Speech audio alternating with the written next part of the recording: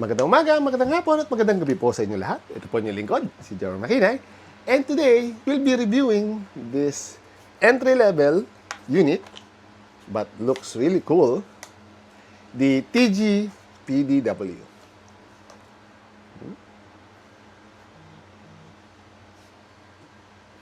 Really nice. What's this? Changgong TG.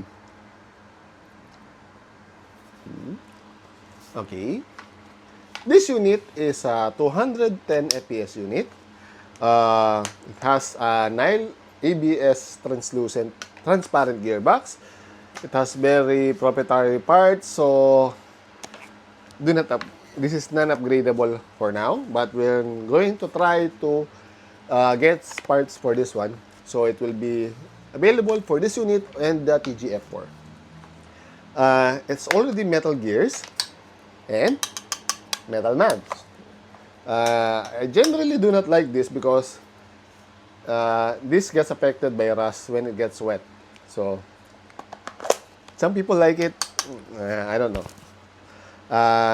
Battery space. Since this is not a TG, similar to the PDW, not PDW, the PDX. This one with very limited battery space, and you will lose this eventually. So many have lost this one, and there's no replacement. And the good thing with this unit is that this is basically not a Gen 8, PDW connector. So some of my accessories will fit this one.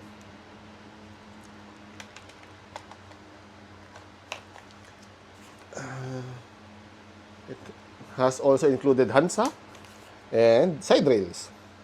It also have a built-in hop up, so it has a good range in comparison to the other units. Standard Gen 8 mags, so compatibility with other mags will be fine. Weight, this is somewhat heavy because of the metal parts. This weighs around 1.4 kilos. Very, very heavy. And has a 190 millimeter barrel. So, quite long. Range, since this one has a built-in hop hat, it has considerable range in comparison to the the other units. So, that's another plus. Handguard is nylon, and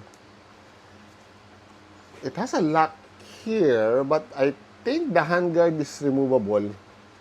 To what type, what is the connector, I'm not so sure. Probably it's the F4 variant. It also comes with a flip-up sights. So if you want to use it.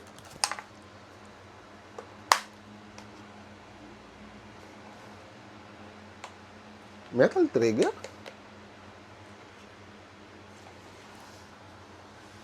Or just shiny plastic?